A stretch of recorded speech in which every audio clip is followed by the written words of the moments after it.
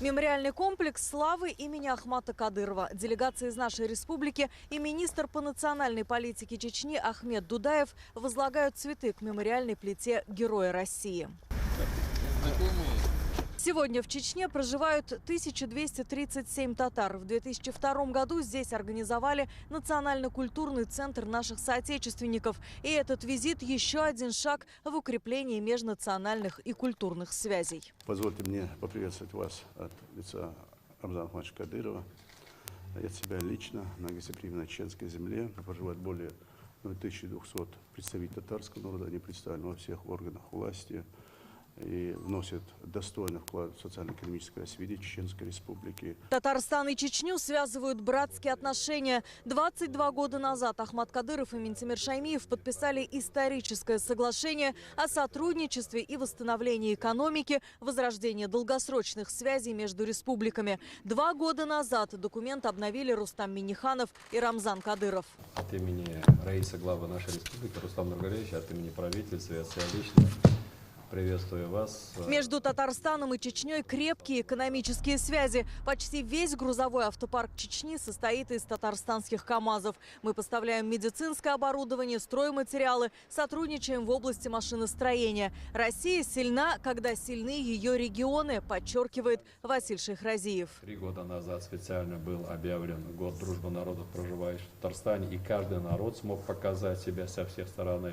И очень много мероприятий проводим, и в данном случае вопрос даже не бюджета.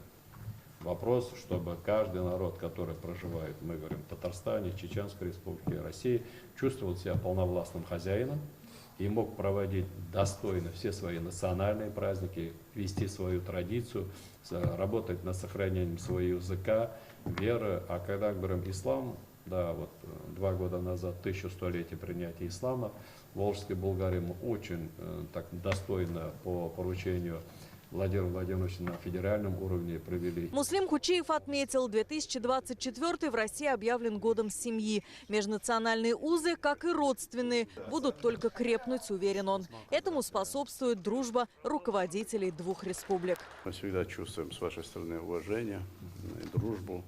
И Рамзан Ахматович очень высоко ценит отношения с руководителем Татарстана.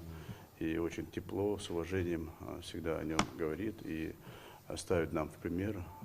И в Татарстане мы часто различные делегации по различным министерствам, ведомств ездят, чтобы принять передовой опыт Татарстана.